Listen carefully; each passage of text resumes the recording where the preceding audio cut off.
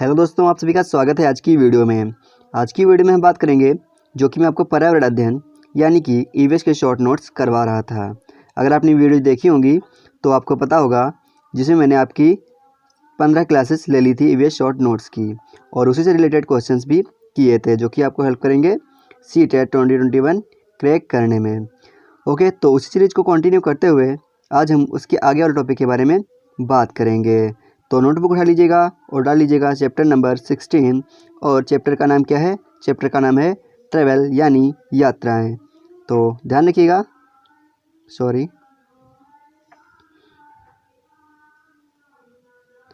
Chapter का क्या नाम है? ट्रैवल यानी यात्राएं। ओके, तो चलिए देखते हैं यात्रा के बारे में कौन कौन से मेन पॉइंट्स हैं और कहाँ कहाँ से क्वेश्चंस बनते हैं। ओके, तो पहला पॉइंट लिखा हुआ है रेल टिकट।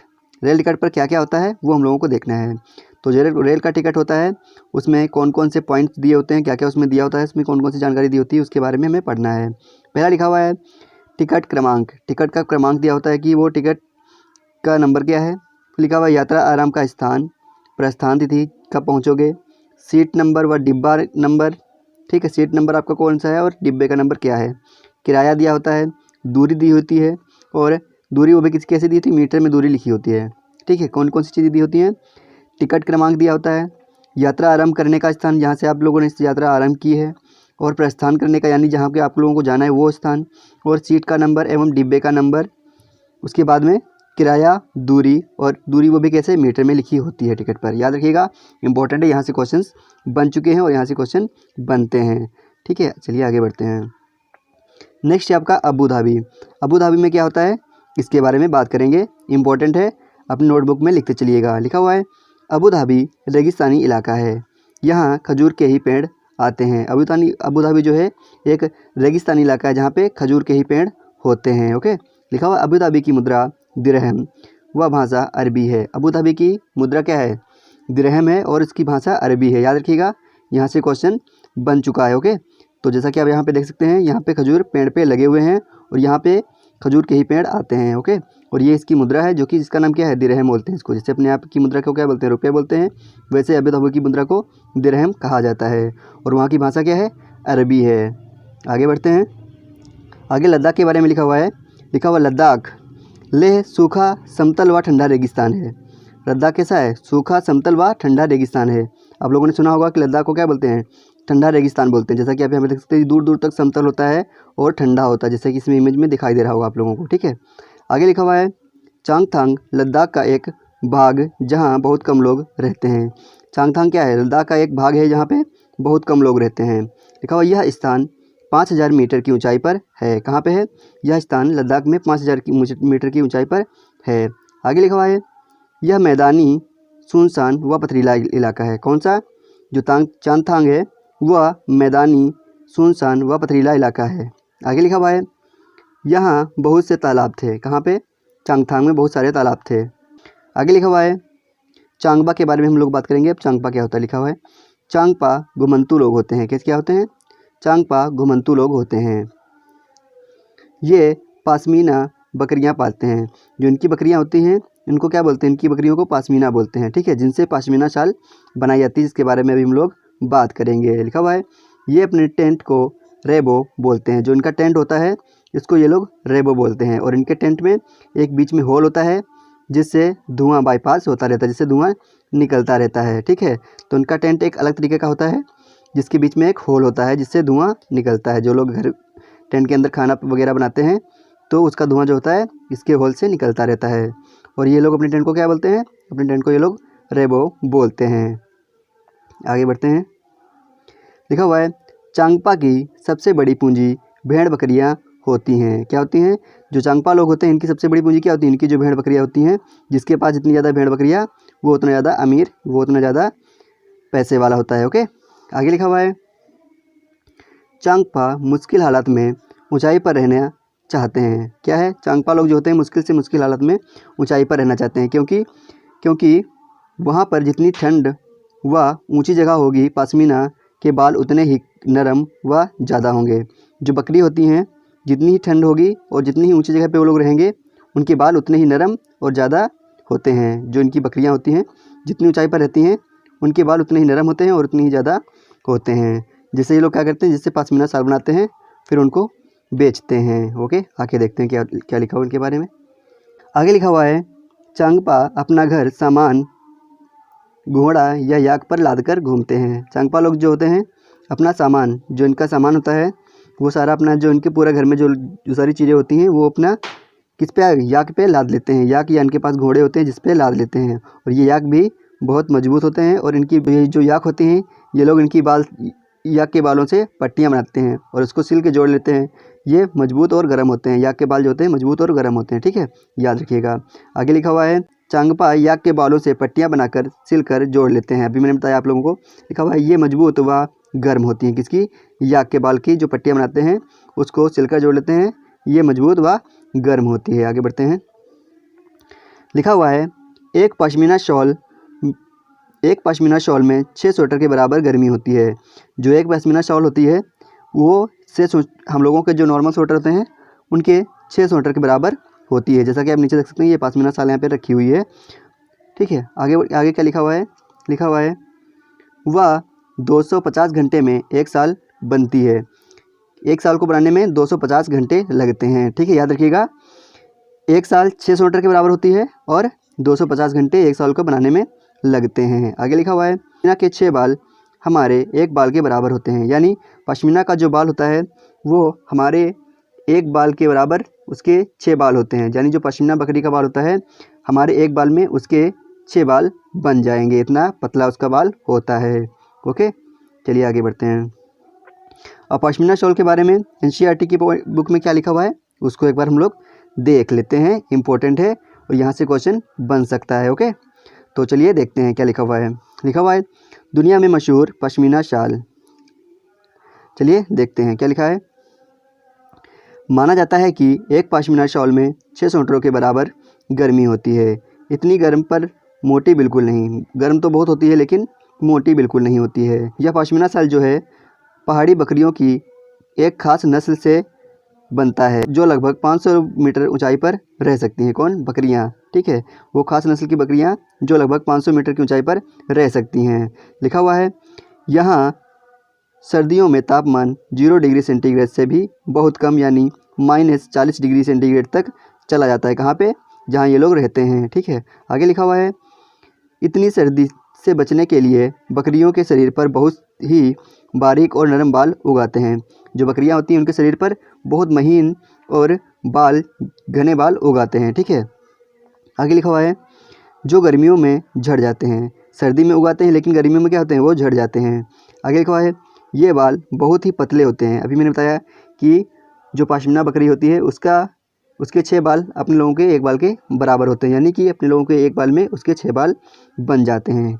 आगे लिखा हुआ है, इतने पतले कि बकरी के 6 बाल मिलकर तुम्हारे सिर के एक बाल की मोटाई के बराबर होंगे। अभी मैंने बताया आप लोगों को। ठीक है, आगे लिखा हुआ है, इसीलिए पश्मीना शॉलों को मशीनों द्वारा नहीं बुना जाता। जो पश्मीना शाल होती हैं ये मशीनों द्वारा नहीं बनाई जाती हैं, ये हाथों द्वारा बुनी जाती हैं। आगे लिखा हुआ है, इनकी बुनाई हाथों से करने के लिए खास बुनकर होते हैं। आगे लिखा हुआ है, अगर एक बुनकर 250 घंटे बुनाई करे तब जाकर एक साधारण पश्मीना शाल तैयार होती है। यानी अगर एक साधारण बुनकर जो है वो 250 घंटे लगातार अगर वो करेगा बुनाई तो एक पश्मीना शाल तैयार हो पाएगी। अभी हम लोगों ने इसके बारे में बात की है। लिखा हुआ है, इतनी मेहनत सोचो, अगर डिजाइन वाली शॉल बुननी हो तो कितने दिन लगेंगे। चलिए आगे देखते हैं। अब शिक्षक संकेत इसमें क्या है वो आप लोगों को दिखा देते हैं। लिखा हुआ है, शिक्षक संकेत क्या है, इंपॉर्टेंट है, याद रखिएगा। लिखा हुआ है, चांगपा की भाषा में चांगथांग का मतलब ऐसी जगह जहां बहुत कम लोग रहते हैं। बच्चों की विभिन्न भाषाओं में भी ऐसे शब्द, क्या इस पर चर्चा हो सकती है? यानी जो बच्चे होते हैं वो भी अलग अलग क्षेत्र से आते हैं और उनकी भाषाएं भी अलग अलग होती हैं, क्या उस पर आप चर्चा कर सकते हैं? फिर उस पर लिखा हुआ है, आगे क्या लिखा हुआ है, लिखा हुआ है, ऊंचाई पर जाने से हवा में ऑक्सीजन की मात्रा कम होती जाती है। ये आप लोगों को क्या करना है, बच्चों को बताना है। लिखा हुआ है आगे, फिर लिखा हुआ है, क्या ऑक्सीजन क्या है, इस समझ की अपेक्षा नहीं की जा सकती। ठीक है, फिर लिखा हुआ है, बच्चे को सब कुछ अंदाज़ा हो सकता है कि ऊंचाई पर सांस लेना मुश्किल होता है। पहाड़ों पर चढ़ने वाले कई बार ऑक्सीजन सिलेंडर लेके भी जाते हैं। फिर लिखा हुआ है, बच्चे फिर उन इलाकों में रहने वाले लोगों के प्रति संवेदनशील होंगे, उनकी यह समझ भी बनेगी कि रोजी रोटी के लिए लोगों को किस किस तरह की कठिनाइयों का सामना करना पड़ता है। तो ये पॉइंट इसमें याद रखने वाली कौन कौन सी पॉइंट है कि जो चांगथांग का मतलब क्या होता है, ऐसी जगह जहाँ बहुत कम लोग रहते हैं। पहली बात तो ये हो गई कि चांगथांग का मतलब क्या होता है, ऐसी जगह जहाँ पे बहुत कम लोग रहते हैं। ओके, तो ये 2-3 पॉइंट्स हैं कि ऊंचाई पर जाने से ऑक्सीजन की मात्रा कम हो जाती है। ठीक है, ऐसे बहुत सारे इसमें 2-3 पॉइंट्स बन रहे हैं, उनको आप लोग नोट कर लीजिएगा। अब हम बात करेंगे श्रीनगर के कुछ घरों के बारे में। ठीक है, तो यहाँ से आप लोगों के क्वेश्चन बन चुके हैं और बनते हैं, ध्यान रखिएगा, नोट करते चलिएगा। पहला पॉइंट लिखा हुआ है, श्रीनगर में बाहर से आए कई टूरिस्ट हाउस बोट में रहते हैं। हाउस बोट 80 फुट तक लंबे होते हैं और बीच से इनकी चौड़ाई 8-9 फुट तक होती है। जैसा कि आप इमेज में देख सकते हैं, यह हाउस बोट है जो श्रीनगर में टूरिस्ट जाते हैं वो लोग इसमें रहते हैं और इनकी लंबाई 80 फुट तक होती है और इनकी चौड़ाई 8 से 9 फुट तक होती है। लिखा हुआ है, बोट की तरह बने लकड़ी के डोंगे पानी में तैरते रहते हैं। जैसे कि आप इमेज में देख सकते हैं, इनको क्या बोलते हैं, इनको डोंगे बोलते हैं। लिखा हुआ है, श्रीनगर की डल लेक और झेलम नदी में इन डोंगों में कई परिवार रहते हैं। तो अगर आपसे पूछा जाए कि डोंगों में कहाँ के लोग रहते हैं, कहाँ के परिवार रहते हैं, तो बता देना श्रीनगर में। ठीक है, कहाँ के, श्रीनगर में। ओके, आगे लिखा हुआ है, और ये जो डोंगे होते हैं कहाँ पे पाए जाते हैं, ये डल लेक व झेलम नदी में देखने को मिलते हैं। आगे लिखा हुआ है, मकान की तरह इस डोंगे में भी अलग अलग कमरे होते हैं। ये जो डोंगा बना होता है इसमें अलग अलग कमरे भी होते हैं, जैसा कि आप इसमें देख पा रहे होंगे इमेज में, ये यहाँ से एक अलग पार्ट में है, ये यहाँ से एक अलग पार्ट में होने। ओके, तो चलिए आगे देखते हैं।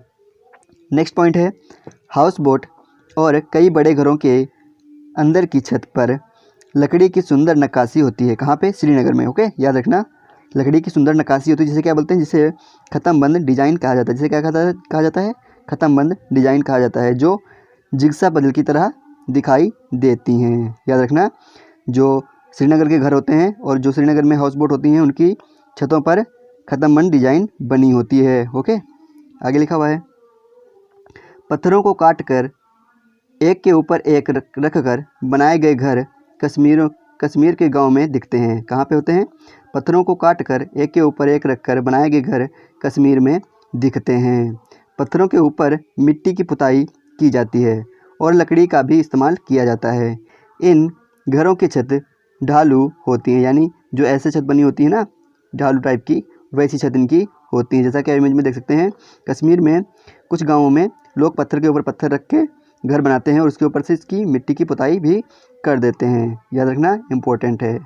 आगे बढ़ते हैं। नेक्स्ट है, कश्मीर के ही बारे में है ये भी घर, याद रखना। लिखा हुआ है, यहाँ के पुराने घरों की खासियत है ये जालीदार खिड़कियाँ। क्या, जो आप लोग देख रहे होंगे, ये जालीदार खिड़कियाँ यहाँ के पुराने घरों की खासियत है। ओके, जैसे कि यहाँ पे जाली लगी हुई हैं, आप इमेज में देख सकते हैं। ओके, फिर लिखा हुआ है, ये बाहर की ओर उभरी होती हैं, इन्हें डब कहते हैं। इनमें बैठकर बाहर का नज़ारा बढ़िया दिखता है। तो अगर आपसे पूछ लिया जाए कि जो जालीदार खिड़कियाँ होती हैं जो बाहर की ओर उभरी होती हैं, उन्हें क्या कहा जाते हैं, उन्हें डब कहा जाता है। ये खिड़कियाँ कहाँ होती हैं, कश्मीर में देखने को मिलती हैं, जो कश्मीर के पुराने घर होते हैं उनमें। ठीक है, जिन्हें डब कहा जाता है। आगे बढ़ते हैं। आगे लिखा हुआ है, यहाँ के पुराने घरों की खासियत है पत्थर, ईंट, लकड़ी को मिलाकर बनाए जाते हैं। कहाँ के, कश्मीर में। यहाँ के पुराने घरों की खासियत है कि ये पत्थर, ईंट और लकड़ी को मिलाकर बनाए जाते हैं। घरों के दरवाजे, खिड़कियों पर डिजाइनदार मेहराब बने होते हैं। ओके, आगे देखते हैं। अब आज की क्लास से रिलेटेड कुछ क्वेश्चंस होंगे जिनकी आप लोगों को आंसर देने हैं सही सही। ओके, तो पहला क्वेश्चन आप लोगों की स्क्रीन पे दिख रहा है, चलिए इसको पढ़िए और इसका आंसर दीजिए। ठीक है, कुछ क्वेश्चंस आप लोगों की आज की क्लास से हैं, कुछ क्वेश्चंस नए हैं। वो क्वेश्चन इसलिए हम लोगों ने रखे हैं क्योंकि वो क्वेश्चंस भी इम्पोर्टेंट है आप लोगों के लिए। तो पहला क्वेश्चन है आप लोगों का, नीचे दी गई कौन सी जानकारी एक आरक्षित रेल टिकट पर प्राप्त की जाती है, चलिए बताइए।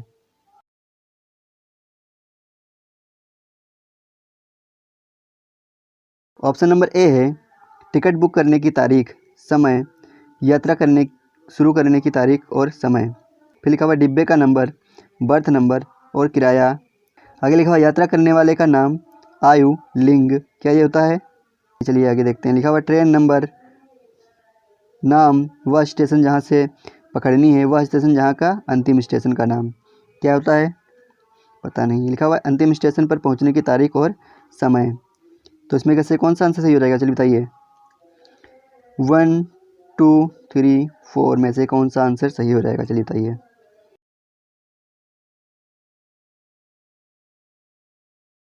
तो आई होप आप लोगों ने अब तक इसको सही से पढ़ लिया होगा। और इसमें आंसर नंबर कौन सा सही हो जाएगा, इसमें आंसर नंबर 1 सही हो जाएगा। कौन सा, आंसर नंबर 1 बिल्कुल सही हो जाएगा। यानी ये सारे पॉइंट जो हैं वो सही हैं सिवाय ये वाला, ठीक है। यानी ए बी डी और सी और सॉरी ई सही है। ओके, तो चलिए आगे बढ़ते हैं। नेक्स्ट क्वेश्चन है आपका क्वेश्चन नंबर 2। भारत में सड़क निर्माण करने हेतु कोयले के किस प्रमुख रूप को प्रयोग में लाया जाता है या लिया जाता है, चलिए बताइए। पहला ऑप्शन है डायनामाइट, दूसरा ऑप्शन है बिटुमिनस, तीसरा ऑप्शन है डामर और चौथा ऑप्शन है एंथ्रेसाइट। चलिए इसका आंसर दीजिए।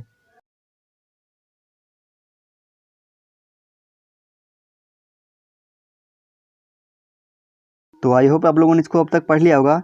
इसका आंसर क्या सही हो जाएगा, आंसर नंबर 3। आप लोगों ने देखा होगा कि भारत में जो सड़क निर्माण होता है उसमें डामर का प्रयोग किया जाता है, जो क्या है, जो कोयले का एक प्रकार है। ओके, आगे बढ़ते हैं।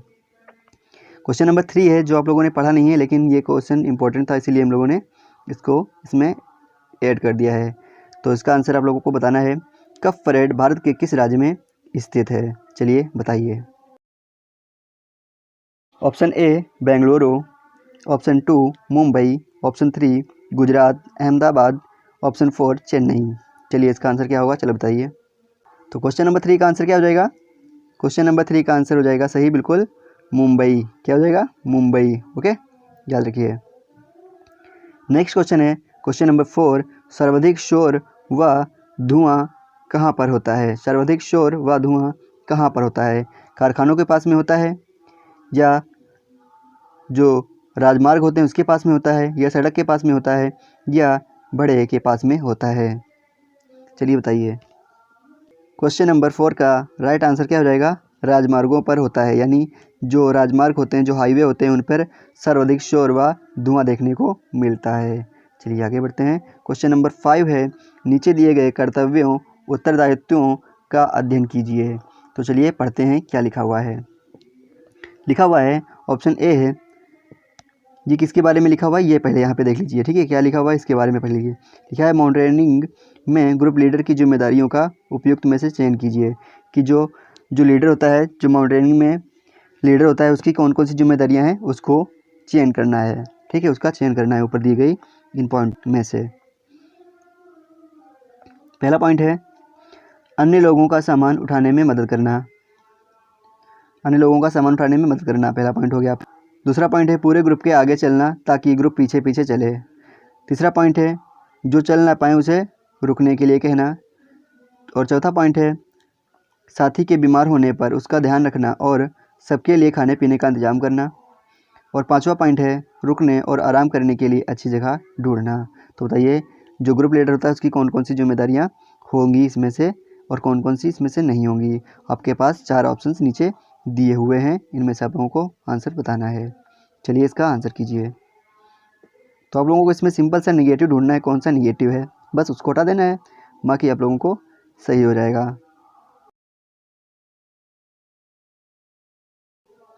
तो देखो पहला सा निगेटिव इसमें ये हो गया कि पूरे ग्रुप के आगे चलेंगे ताकि पूरा ग्रुप पीछे चल जाए। ये कोई बात नहीं होती। अगर आप लोगों को लीडिंग करना है, लीडर अगर करना है तो आप लोग पीछे से भी लीड कर सकते हैं पूरे ग्रुप को, ठीक है। फिर लिखा हुआ है जो चल ना पाए उसे रुकने के लिए कहना। अगर वो रुक जाएगा तो वो पीछे छूट जाएगा और बाकी लोग आगे चले जाएंगे, तो ये भी निगेटिव हो गया। तो अब बचे कौन कौन से वो देख लीजिए, कौन कौन सा बच गया, ए डी और ई बच गया। कौन बच गया, ए डी और ई। ए डी और ई किस में सही है देख लीजिए, ऑप्शन नंबर 3 में सही है ना। तो इसका आंसर नंबर 3 सही हो गया, सिंपल। चलिए आगे बढ़ते हैं। क्वेश्चन नंबर 5 है अल-बुरूनी कौन था, अल-बुरूनी कौन था। ऑप्शन नंबर 1 है वह अफगानिस्तान का एक व्यापारी था जो हमारे देश में मेवों के बाज़ारों का अध्ययन करने आया था। ऑप्शन नंबर 2 है वह उज्बेकिस्तान का यात्री था जिसने एक किताब लिखी थी जो हमारे देश के इतिहास के बारे में जानने में सहायता करती है।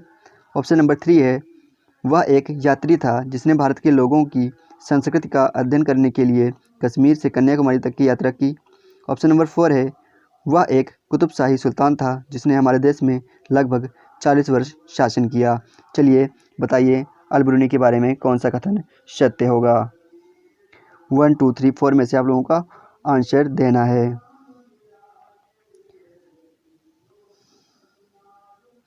तो हम लोगों ने पिछली क्लास में इसके बारे में बात की थी कि वो उज़्बेकिस्तान का एक यात्री था जो हमारे देश में यात्रा करने के लिए आया था और उसने एक किताब भी लिखी थी, ठीक है, जिसमें हमारे भारत देश के बारे में जानकारी मिलती है। यानी इसका आंसर नंबर 2 बिल्कुल सही हो जाएगा। ओके, चलिए आगे बढ़ते हैं। नेक्स्ट क्वेश्चन है आपका क्वेश्चन नंबर 6। पोचमपल्ली एक गाँव है। यह गाँव एक विशेष प्रकार के कपड़े की बुनाई के लिए प्रसिद्ध है और इसे भी पोचमपल्ली कहते हैं। यह गाँव निम्नलिखित में से किसका भाग है? आंध्र प्रदेश, केरल, तमिलनाडु, कर्नाटक। 4 ऑप्शन में से आप लोगों को चूज करना है। चलिए बताइए।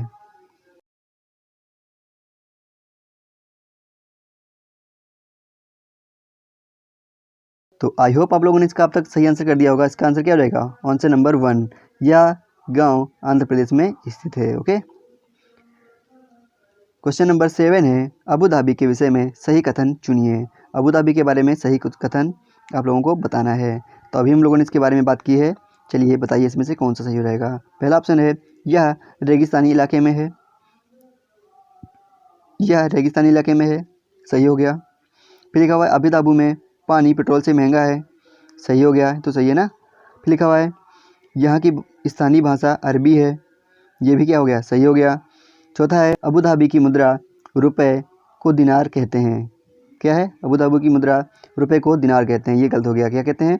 जो अबू धाबी की मुद्रा है उसे दिरहम कहा जाता है। क्या कहा जाता है? दिरहम कहा जाता है। यानी ABC अपना सही हो गया। किस में सही है? ABC देख लीजिए, ऑप्शन नंबर 3 में बिल्कुल सही हो गया ना, ABC ही हो गया।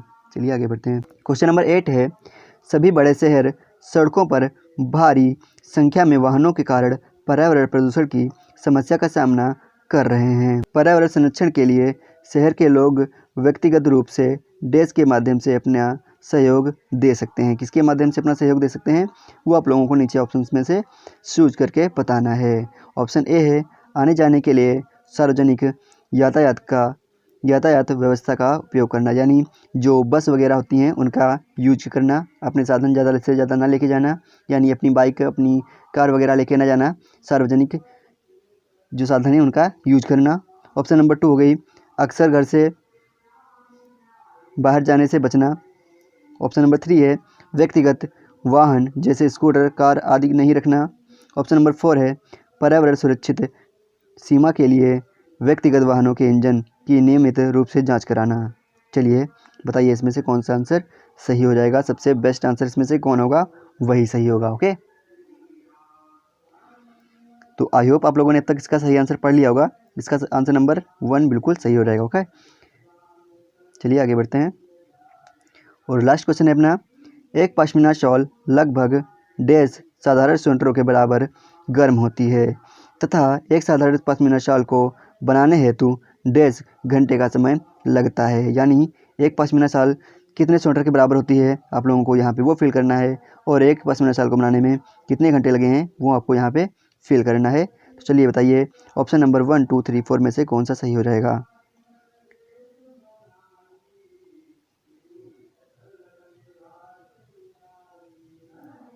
तो आई होप आप लोगों ने अब तक इसका सही आंसर कर दिया होगा। इसका आंसर नंबर कौन सही हो जाएगा? ऑप्शन नंबर 2, एक साल जो है 6 स्वेटरों के बराबर होती है और इसको बनाने में 250 घंटे लगते हैं। तो आज की वीडियो में बस इतना ही।